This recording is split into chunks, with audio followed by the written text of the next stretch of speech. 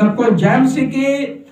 आज हम परमेश्वर के वचन में जानेंगे कि परमेश्वर हमसे क्या चाहता है कि नहीं। आज संसार में हमारे रिश्तेदार भी हैं, हमारे मित्र भी, हमारे दोस्त भी हैं, हमारे मेल मिलाव वाले लोग भी हैं, हमारे माता पिता, हमारे बच्चे हैं, सब कुछ है। लेकिन असल में वचन के अनुसार वो कौन है? आज हम परमेश्वर के वचन में जानेंगे। मरकुस की किताब उसका 3 अध्याय और उसकी हम 31 से पढ़ेंगे। पढ़िए। तब उसकी माता और उसके भाई आए और बाहर खड़े होकर उसे बुलावा भेजा। भीड़ उसके आसपास बैठी थी और उन्होंने उनसे कहा, देखो तेरी माता और तेरे भाई बाहर तुझे ढूंढते हैं। यहाँ परमेश्वर का वचन क्या कहता है कि जब यीशु मसीह प्रचार कर रहे थे, लोगों को अच्छी बातें बता रहे थे और परमेश्वर का उस वचन को शेयर कर रहे थे, और वहां पर एक कलीसिया लगाकर बैठे थे, यानी कि एक चर्च लगाकर बैठे थे, एक संगत लगाकर बैठे थे, और वहां पर क्या हुआ, उसकी माता और भाई वहां पर मौजूद हुए और वहां पर आए और द्वार पर खड़े होकर उन्होंने संदेशा भेजा है, और यीशु से कह दो कि तुम्हारे माता और भाई आए हैं। लेकिन यीशु का क्या उत्तर हुआ वहां पर कि माता और पिता, जो भाई बंधु जो भी है मेरे, वो कौन है? जो परमेश्वर के वचन को क्या कर रहे हैं? सुन रहे हैं कि नहीं।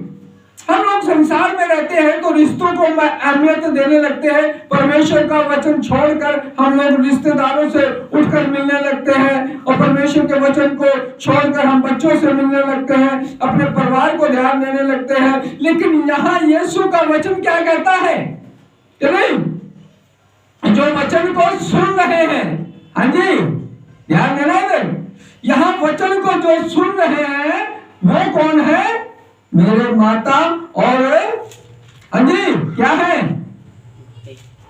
हाँ जी माता और भाई है कि नहीं है? तो इसलिए हमारे कौन है? माता और भाई जो है वचन को सुन रहे हैं। लेकिन हम लोग क्या कह देते हैं कि नहीं, जो वचन को नहीं सुन रहे हैं हम उनको महत्व देते हैं, और हमारे जीवनों में कमियां दूर नहीं होती हैं कि नहीं। और इसलिए वो लोग थे, महत्व जो दे रहे थे वहां पर, तो यीशु के जो भाई और जो उसकी माता थी क्या कर रहे थे? वो महत्व देते थे उनको। तो क्या हुआ? उनके जीवन में कमी थी। हाँ जी यीशु, हाँ जी क्या था? और उसके भाई और उसके हैं लोग क्या थे? हमें परमेश्वर का वचन क्या कहता है कि नहीं, हमें संसार के रिश्तों की तरफ देखना चाहिए कि परमेश्वर की तरफ देखना चाहिए? हाँ जी किसके तरफ देखना चाहिए? परमेश्वर की तरफ। जो वचन में सुनते हैं वो असली रिश्तेदार है। हम सोच लेते हैं कि वो ने जिनको हमने पैदा किया, जिनके द्वारा हम पैदा हुए हैं, यीशु ने क्यों नहीं सोचा? हाँ जी वो कह देता कि नहीं, मेरी माता जी आई, मेरे भाई जी आए हैं, उनको ऊंची इज्जत दो। हाँ जी कि नहीं, वहां के लोगों ने क्यों नहीं सोचा गुरु के माता है और भाई आए हैं, इनको इज्जत दो? क्यों नहीं कहा? हाँ जी क्यों नहीं कहा? कहना चाहिए तो नहीं कहना चाहिए था कि नहीं। लेकिन यीशु मसीह ने क्या कहा? जो वचन को सुनते हैं वो असली मेरे रिश्तेदार हैं कि नहीं। क्या हमें सीखने की जरूरत है यहाँ पर कि नहीं? हम अपना काम धंधा छोड़कर क्या कर देते हैं? महत्व किसको देते हैं? संसार के रिश्तों को। लेकिन यीशु भी कह सकता था कि मेरी माता है, मेरे भाई है, इनको ऊंचा स्थान दिया जाए, इनको जल्दी बुलाया जाए। लेकिन यीशु ने क्या कहा? जो वचन को सुनते हैं, जो वचन में चलते हैं, और माता और मेरे भाई वो हैं कि नहीं। यहां में सीखने की क्या जरूरत है? हाँ जी ये सीखने की जरूरत है कि जो हमारा सिखाने वाला कह रहा है कि वचन सबसे पहले है कि नहीं। जब तक वचन हमारे जीवनों में पहले है तो हमारे संसार के रिश्ते क्या है? फीके हैं कि नहीं। यहां उसने ये नहीं कहा कि नहीं हूँ, अपने भाई बंधु को छोड़ रहा हूँ। उसने ये कहा कि जो वचन को सुनते हैं इस समय यही मेरे माता और भाई हैं, कि नहीं?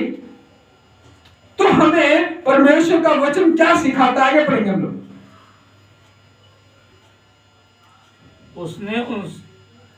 उसने उनसे उत्तर दिया, मेरी माता और मेरे भाई कौन हैं? और उन पर जो उसके आसपास बैठे थे दृष्टि करके कहा, देखो मेरी माता और मेरे भाई ये हैं। और वो कहता कौन है?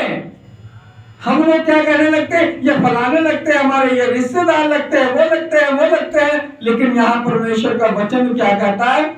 वहां पे कोई रिश्ता नहीं है। यीशु ने कहा वो कौन है? क्या यीशु जानता नहीं था? यीशु सब कुछ जानता था, मेरे माँ है, मेरे भाई हैं। लेकिन उस वक्त उन लोगों में क्या कहा उसने, कि नहीं, अपने रिश्तेदारों को, अपने नातेदारों को क्या कर दिया, अपनी सगे माँ को क्या कर दिया, और अपने सगे भाई को क्या कर दिया, नीचा दिखा दिया, कि नहीं दिखा दिया लोगों के नजर में। क्योंकि वचन को ऊंचा रखना था, क्योंकि जो वचन को सुन रहे हैं वही मेरे माता और भाई। हम लोग क्या संसार के रिश्तों को अहमियत दे देते हैं, कि नहीं? इसीलिए हमारे जीवनों में क्या हो जाता है, जीवन में सुधार नहीं आता है, नहीं? धन संपत्ति सबके पास आए और सबके पास आती जाती रहती है, लेकिन जीवन में प्रभु यीशु का वचन का कहने का मतलब था कि हमारे जीवन में छुटकारा होना बहुत जरूरी है। चंगाई तो सबको मिलती है, कि नहीं? चंगाई लोगों को चर्च में मिलती है, हॉस्पिटल से मिलती है, झाड़ फूक से भी मिलती है, कई तरह से चंगाई मिलती है। लेकिन छुटकारा हमें कहां से मिलेगा? प्रभु के वचन के द्वारा मिलेगा। नजात कहां मिलेगी? हमें वचन के द्वारा मिलेगी। मुक्ति कहां मिलेगी? हमें वचन के द्वारा मिलेगी। शिक्षा कहां मिलेगी? हमें वचन के द्वारा मिलेगी। उद्धार कहां है? वचन के द्वारा है, कि नहीं? क्या रिश्तेदारों के द्वारा हमारा उद्धार हो जाएगा? कि अंधा गुरु चेहरा बेहरा नरक में फेलन फैला, वो बात याद आती है, कि नहीं? तो इसलिए यहां परमेश्वर के वचन में हम आगे बढ़ के क्या करते हैं, क्योंकि जो कोई परमेश्वर की इच्छा पर चले वही मेरे भाई और बहन और माता है। जो परमेश्वर की इच्छा पे चले वही माता और बहन और वही भाई है।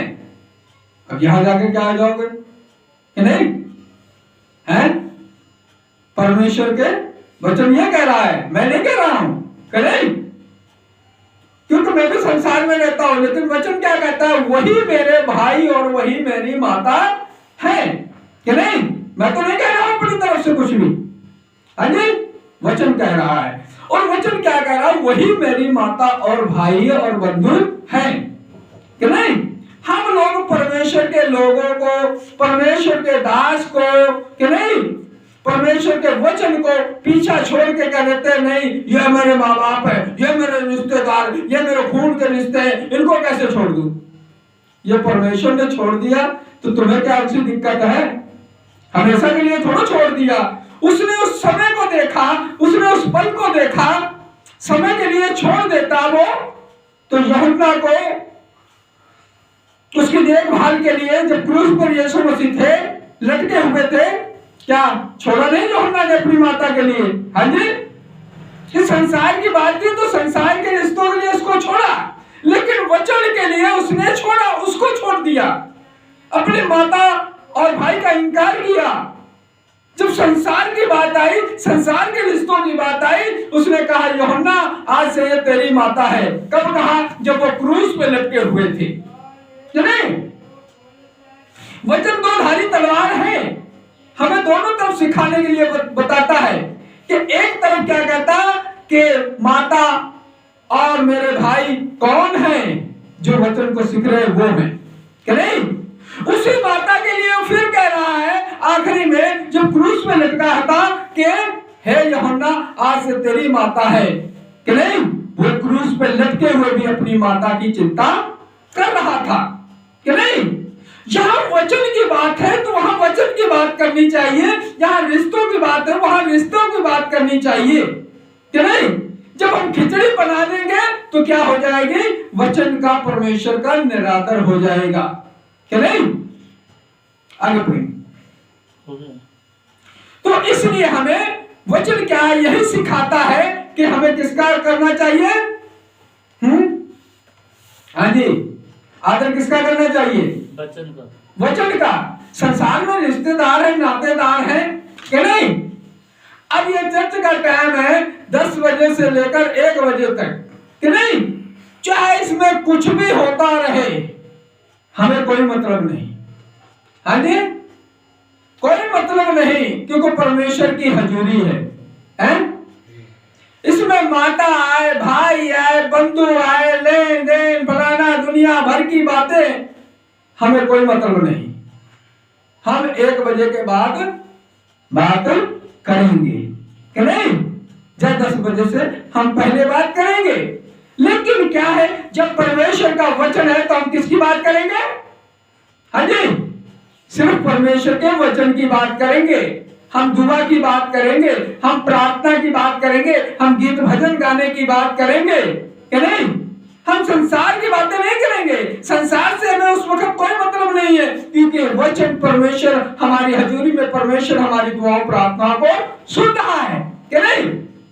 उस वक्त परमेश्वर की मौजूदगी थी, वहां पर परमेश्वर मौजूद था, इसलिए उसने कहा कि माता और मेरे भाई क्या है, कौन है कि नहीं।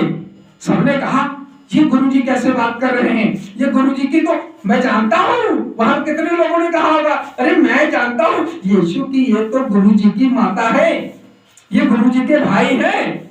इतने हजारों लोगों में कई तरह के लोगों ने चर्चा की होगी, लेकिन यीशु ने एक ही बात को क्लियर कर दिया वहां पर कि जो वचन को सुनते हैं वो मेरे माता और भाई हैं कि नहीं। आज मसीह में हम लोग भी हैं, सभी लोग, संसार में बहुत कुछ लोग हैं, लेकिन हमें यीशु ने जब भी वहां पर बड़े बड़े काम किए, किसके लिए किए वहां पर। हाँ जी, 2 मछली 5 रोटी किसके लिए की। हाँ जी, है कि नहीं। 7 रोटी 5 मछली 4000 लोगों को, 5000 के लोगों को किसको खिलाया। हाँ जी, किसको खिलाया, वचन सुनने वालों को। हाँ जी, वचन सुनने वालों को। बाइबल में कहीं नहीं लिखा कि वचन के बाहर सुनने वालों को कि नहीं। ये संसारिक लोगों के काम है, आत्मिक लोगों के काम है। यीशु ने कहा कि जब वो वचन सुन रहे थे और वचन सुन लिए तो यीशु ने कहा अपने चेलों से, जाओ भोजन वस्तु की, ये लोग मेरे रात से मेरे साथ हैं, इनके लिए भोजन का इंतजाम करो कि नहीं। किसके लिए कहा। हाँ जी, किनके लिए कहा, जो वहां पर उसके साथ में रात में वचन सुनते थे कि नहीं। तब वहां फिलिप्पुस ने क्या कहा कि नहीं, गुरुजी मैं सभी चीजों को करता हूं। वहां पर क्या कितने चेले थे और सभी ने इंतजाम किया, और 5 रोटी। हाँ जी, हाँ जी, 5 रोटी। तो मछलियां कितनी थी, और कितने टोकरे बच गए थे। हाँ जी, 12 टोकरे बच गए। हाँ जी, 5 टोकरे मछलियों के बच गए और सारे लोग खा भी गए क्या नहीं। ना कोई विवाद, ना कोई झगड़ा, ना कोई लेना ना देना। हाँ जी, ये बातें वचन में लिखी हैं। वहां तक ये भी लिखी कि बैठाए कैसे गए थे लोग। हाँ जी, बैठाने तक को भी बताया है कि हम पहले अनजान थे, हमने जो वचन को पढ़ा तब जाना। उन्होंने कहा 50-50 की 15 में बैठा दो, क्यों खुली जगह होती थी। अब यहाँ कहते हैं कि 50 की 15 में बैठा दो, तो 50 की 15 में नहीं बैठेगा, लेकिन 50 की 15 में के लाइन में बैठाओ और इनको आदर से खिलाओ और परमेश्वर का वचन सुनाओ कि नहीं। परमेश्वर का वचन ये कहता है हमें कि नहीं, जब हम किसी चीज को शुरुआत करनी होती है ना, तो हमें कुछ नए तरीके अपनाना पड़ता है कि नहीं। जब हमने इस सेवा को शुरू करना था तो हमने सोचा कि इसको कैसे किया जाए, क्यों कि हमें उस चीजों का अनुभव नहीं था, हमें उन चीजों का पता नहीं था। लेकिन जब परमेश्वर ने हमें क्या कर दिया, हमने शुरुआत की तो हमने जाना कि नहीं, फिर हमने देखा यहाँ क्या कैसे हुआ, उसके बाद हमने उस चीज को क्या कर दिया, वचन से मिलाया, और जब वचन से मिलाया कि नहीं, कभी घाटा नहीं उठाया कि नहीं। पहली बार क्या कर दिया था हमने, रोड पर घाटा उठाया था कि नहीं। फिर हमने क्या कर दिया, जब वचन पे आए तो वचन में हमने वचन को पूरा करने की पूरी कोशिश की, और वचन को ही पूरा करना हमारा मकसद है कि नहीं। जब तक हम वचन को नहीं पूरा करते हैं, हमारे माता, हाँ जी, पिता, भाई, बंधु, रिश्तेदार, सब कुछ संसार एक मतलब के लिए है, संसार एक अपनी खुशी के लिए है, बड़ाई के लिए है, लेकिन परमेश्वर का वचन महिमा के लिए है, हाँ जी, चंगाई के लिए है, शिफा के लिए है, नजात के लिए है, छुटकारा के लिए है कि नहीं। इसलिए हमें परमेश्वर के वचन को हमेशा ध्यान रखना चाहिए।